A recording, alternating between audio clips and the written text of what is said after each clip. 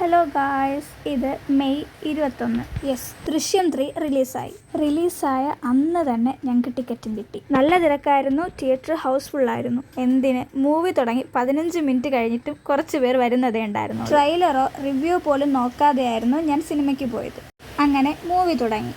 പറയേണ്ട ആവശ്യമില്ലെന്നറിയാം, എന്നാലും പറയാതിരിക്കാൻ വയ്യ, അത്രയ്ക്ക് അടിപൊളി മൂവിയായിരുന്നു.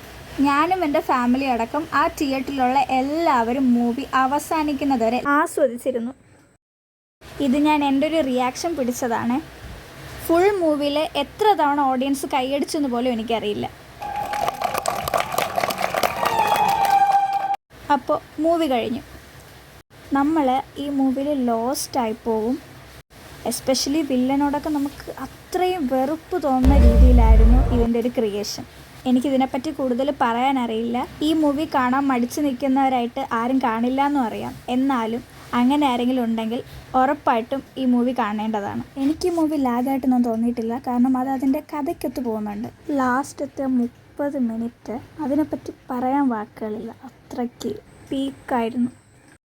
അപ്പോൾ ഇത്രയേ ഉള്ളൂ ഇന്നത്തെ വീഡിയോ. നെക്സ്റ്റ് വീഡിയോ ആയിട്ട് കാണാം. അതുവരേക്കും ബൈ.